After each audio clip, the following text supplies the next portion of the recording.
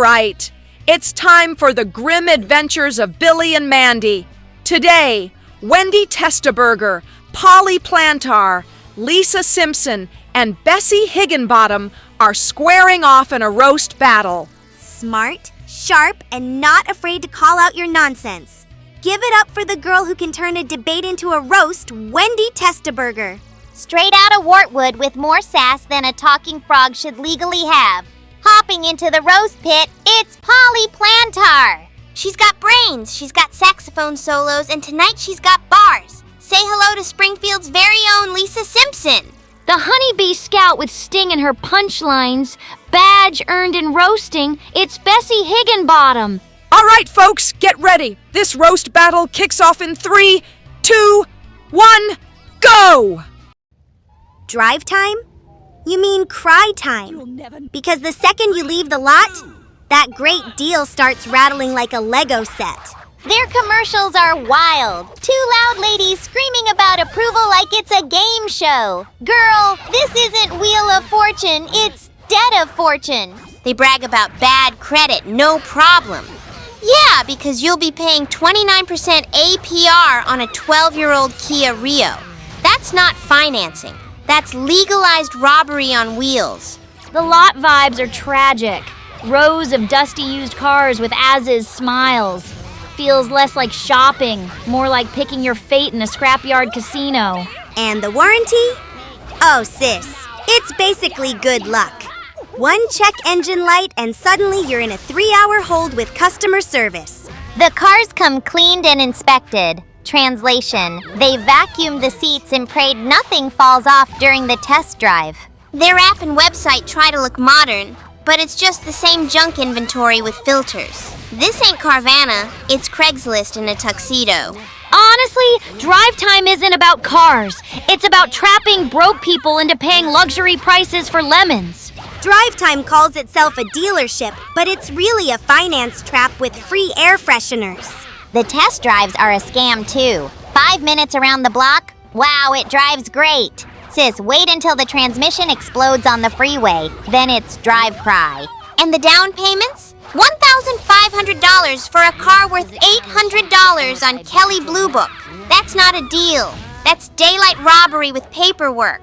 The sales reps act like they're your best friend, but the second you sign that loan, poof. Gone faster than your car's first oil leak. Their warranty protection plan? Girl, that's just duct tape and prayer with a monthly fee. And don't get me started on resale value. Try trading in your drive time special and the next dealer laughs you off the lot. You don't own a car, you own rolling debt. It's always the same inventory too. 2009 Nissan Altimas, 2011 Dodge Avengers, maybe a crusty Chevrolet Malibu. That's not selection. That's sad car bingo. Honestly, DriveTime isn't about driving. It's about surviving until repo shows up.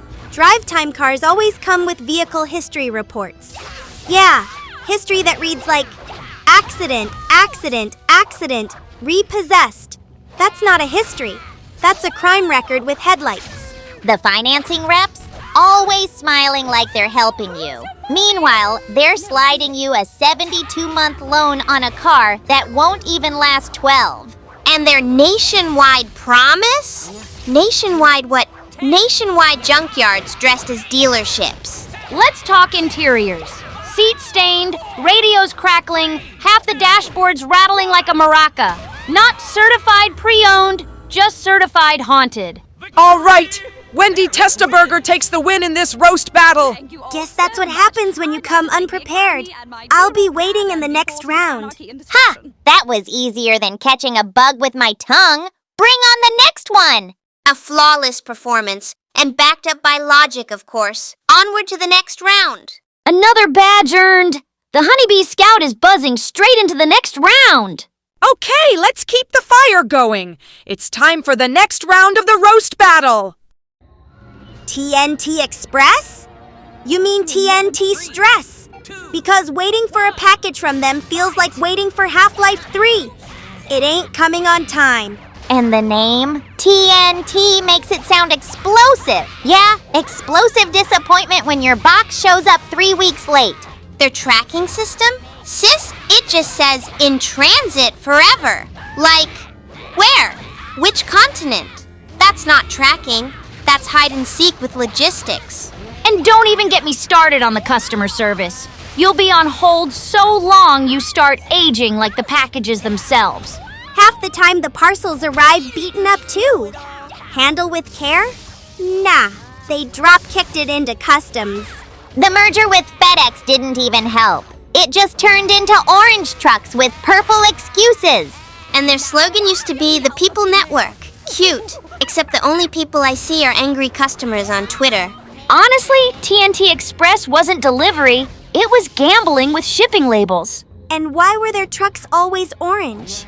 Sis, you don't need a neon warning sign. We already knew the package was doomed. Their delivery windows? Expected between 8 a.m. and 8 p.m. So basically cancel your whole life and wait by the door. And when they do show up, the driver sprints to the door, slaps a "We missed you" sticker, and runs away like the Flash. That's not delivery, that's ding-dong ditch with paperwork. International shipping was the worst. Customs held your package hostage longer than Netflix holds canceled shows. The best part? They promised express. But if you ordered with TNT, you better not need it this month. FedEx swallowed them up, but all that changed was the color scheme. Still late, still broken, still stress in a cardboard box. Honestly, the only thing explosive about TNT Express was customer anger. TNT? Girl, the only thing they blew up was their reputation. And the logo? 3 bold letters, TNT. Yeah, girl, that's not branding. That's alphabet soup with delivery fees. Their Express slogan should have come with an asterisk. Express, compared to rowing the box across the ocean by hand. Don't forget how they treated fragile packages. Mark it handle with care. And suddenly it's the company's new dodgeball. And international deliveries? Sis, your parcel visited more countries than you did. Tracking it was like watching The Amazing Race in real time. The real gag is how they'd promise door-to-door delivery. Yeah, they meant the truck door to your neighbor's door. And the drivers? Half the time they're gone before you even reach the doorbell. That's not delivery. That's Olympic-level sprints in company uniform. Oh, and the fees. Paying more for priority shipping when it still arrives after standard mail. That's not express. That's scam with tracking numbers. And there it is. Wendy Testaburger takes her second roast battle victory in a row. 2 rounds down, 1 to go. Hope you're ready because I don't plan on losing now. Final round, huh? Good. I was just getting warmed up. Let's finish this frog style. I've made it this far with brains and wit. One last round and I'll prove why I belong at the top. The Honeybee Scout Handbook didn't cover roast battles, but I'm earning this final badge my way. All right, this is it. The moment you've all been waiting for. It's time for the final round of the roast battle. Stickbot? You mean Stuckbot. Because once those suction cups hit a table, good luck pulling them off without a wrestling match. They were supposed to be for making stop-motion movies. Yeah, until your arm cramps after moving it frame by frame. That's not filmmaking, that's DIY torture. And the app? Laggy, buggy, and half the time it crashes mid-project. Not Hollywood magic, just PowerPoint with suction cups. The bots themselves? Flimsy, stiff joints, suction cups that wear out after a week. By day 10, your Stickbot isn't posing, it's doing the splits against its will. And the colors? Neon green, bright orange, clear plastic.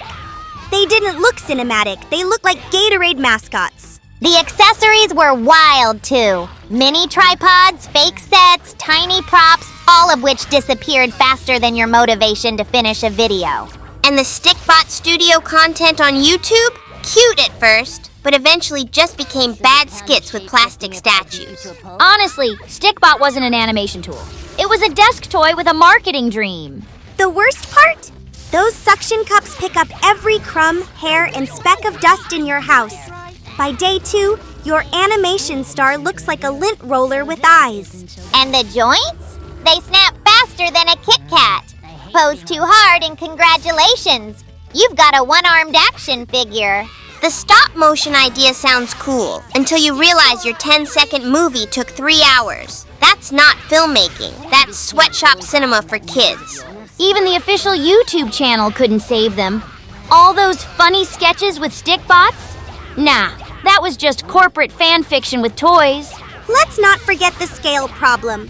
One Stickbot's supposed to fight dinosaurs and aliens, but it can't even stay upright on its own desk. And those pet Stickbots? Yeah, because what I really needed was a suction cup dog that looks like a rejected balloon animal. Every kid thought they'd make the next Pixar with Stickbot Studio. Reality, shaky cam, missing frames, and a plastic dude face planting. Honestly, Stickbots weren't toys. They were stress tests. Stress for the kid, stress for the parents, and stress for the poor suction cups clinging for dear life. The Stickbot Studio app? Buggy, laggy, crashes more than a Windows 98 PC. You'd spend hours filming, then the whole project vanishes like it got Thanos snapped. The editing tools were tragic too. No smooth transitions, no sound sync. Just awkward frames slapped together. That's not stop motion magic. That's PowerPoint with stage fright. And the Stickbot community videos? Half were kids shaking the figure in front of the camera yelling fight scene. The other half were 30-second chaos clips with no story. And that's a hat trick! Wendy Testaburger takes her third straight roast battle victory. That's 3 in a row. At this point, it's not luck, it's skill. I'd call that luck, but I know Wendy's got bite. Don't get comfy though. Frogs always come back swinging. Statistically impressive, I'll admit, but streaks don't last forever, and I intend to prove that. Okay, 3 wins in a row. You've earned your badge for that, but the final test is still ahead. Alrighty then, that's a wrap for today. Likes, comments, and subscriptions are always appreciated, and I'll catch you all next time.